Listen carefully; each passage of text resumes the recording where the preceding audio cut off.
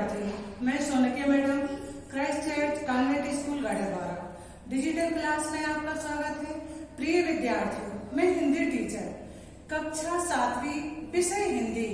आज मैं आपको कक्षा 7वीं में पाठ 22 जीत, इस पाठ का मैं आपको सारांश समझाने जा रही हूँ।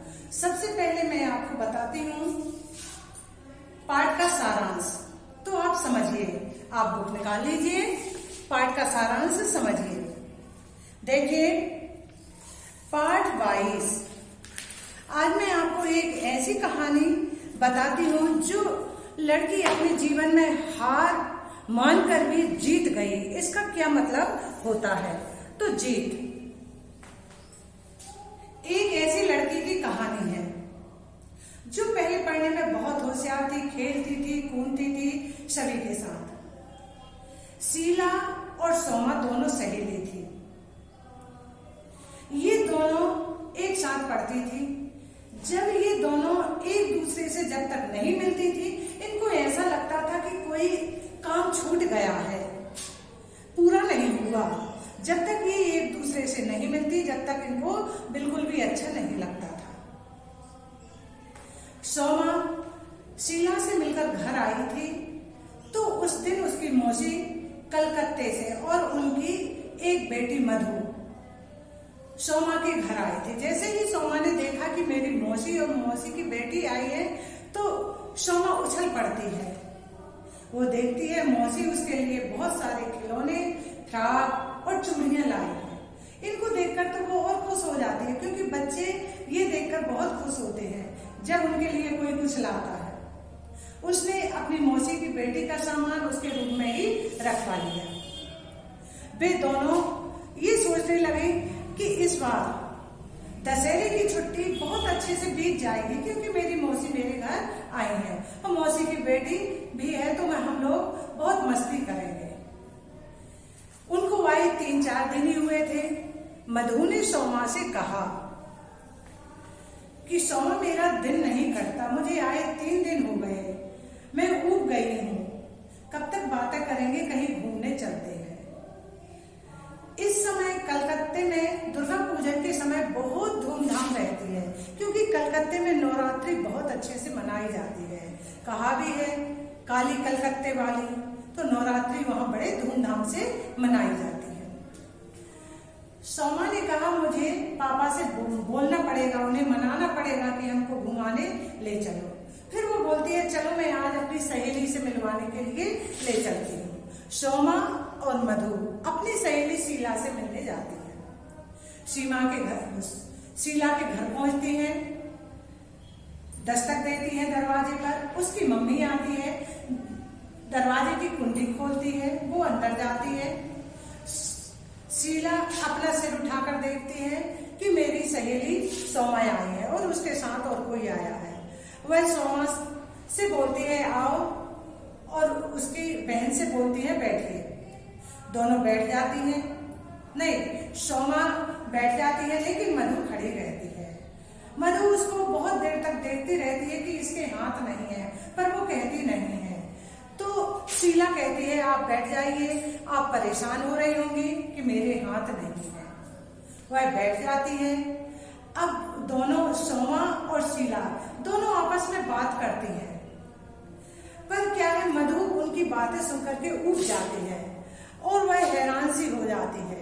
उनकी हैरानी को सोमा और शीला दोनों भाग जाती है, यानी जान जाती है कि मधु क्यों परेशान है, और कुछ देर बाद वो घर आ जाती है। घर आकर के मधु कहती है, तुम अपनी सहेली से कैसी दोस्ती बनाए हुए हो? यदि तुम्हारी जगह मैं होती तो मैं तो ये दोस्ती कभी की छोड़ देती और उपेक्षा करती है उसकी। जब सोमा कहती है कि नहीं मधु, ऐसी बात नहीं है, सोमा भी अपने ही जैसी एक सुंदर लड़की थी, पढ़ने लिखने में और मेरे साथ बहुत खेलती थी, पर क्या करें, भगवान की इच्छा के आगे किसी का बस नहीं चलता। एक दिन उसकी नानी का फोन आता है, तार आता है कि वह बीमार है। तो नानी को देखने के लिए उसकी मम्मी, पापा और शीला तीनों जाते हैं। अचानक दुर्घटना हो जाती है, जिससे उसकी मम्मी को चोट आती है, लेकिन इनके दोनों हाथों की हड्डियां, शीला के दोनों हाथों की हड्डियां चूर चूर हो जाती हैं।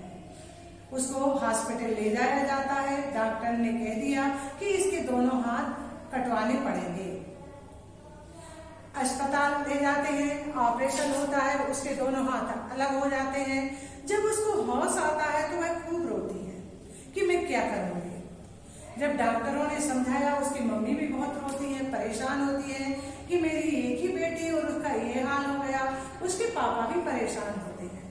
जब डॉक्टरों ने कहा कि यदि आप ही हिम्मत हार जाएंगी तो लड़की का क्या होगा, आप उस धैर्य रखें और उसको भी धैर्य बनाएं। उनकी मम्मी ने प्रण कर लिया, अपने दिल पर पत्थर रख लिया कि मैं अब कभी शीला के सामने नहीं रोऊंगी, मैं शीला को धैर्य बनाऊंगी और उसको आगे बढ़ाऊंगी। जब उसको आश्वासन दिया गया शीला को, तो शीला को कुछ पुस्तकें स्कूल में अस्पताल में लाके दी गई। वह दिन भर पढ़ती रहती। फिर जब वो ठीक हो गई तो उसने अस्पताल में ही कहा, मम्मी मुझे स्कूल की पुस्तकें ला दीजिए, मैं अपना सिलेबस पूरा करती जाऊंगी, पढ़ाई करती जाऊंगी। उसको स्कूल की पुस्तकें ला दी। कुछ समय बाद उसे घर जाने की परमिशन मिल जाती है। जब वो घर जाती है तो अपने स्कूल भी जाने लगती है। पहले दिन जब वो स्कूल जाती है तो वहां के प्राचार्य ने उससे कहा कि आप इस स्कूल में नहीं पढ़ सकती, आपके लिए, आप लोगों के लिए दूसरा स्कूल रहता है। वह घर आकर के बहुत रोती है कि मेरा भविष्य क्या होगा, मैं नहीं पढ़ पाऊंगी।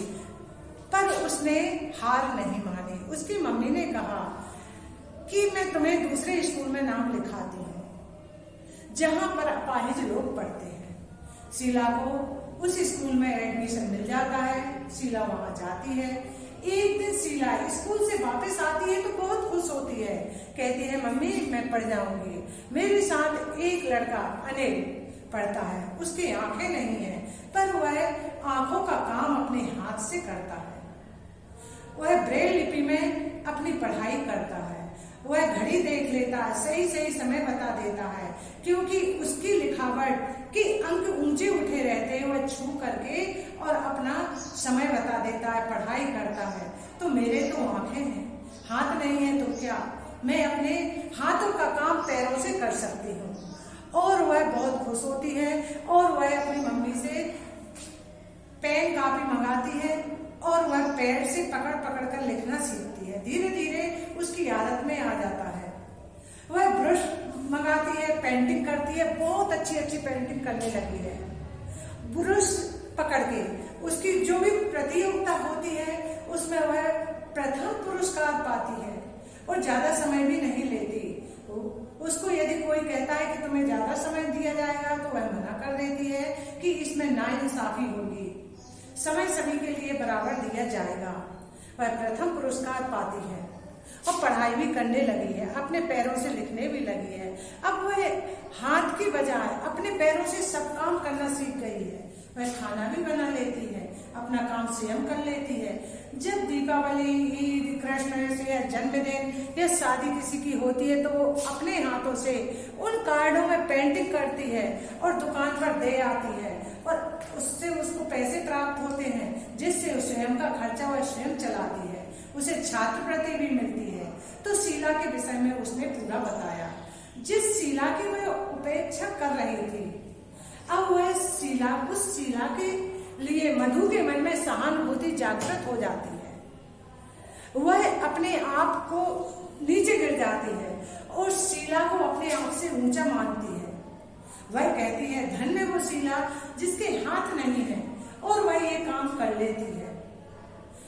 अंत में मधु कहती है कि शीला हार कर भी जीत गई है, उसने करके दिखा दिया है, वह किसी पर निर्भर नहीं है। हाथ न रहते हुए भी अपनी पढ़ाई लिखाई पेंटिंग से उसे इस हालत में उसने जीना सीख लिया है। वह इसके कारण आत्मनिर्भर बन गई है। तो ये थी शीला की कहानी कि हार कर जीतना। वह हार गई थी पर उसने अपने कार्यों के द्वारा स्वयं को भी जीत लिया है। तो बेटा ये कहानी आपको अच्छी लगी होगी और समझ में भी आ गई होगी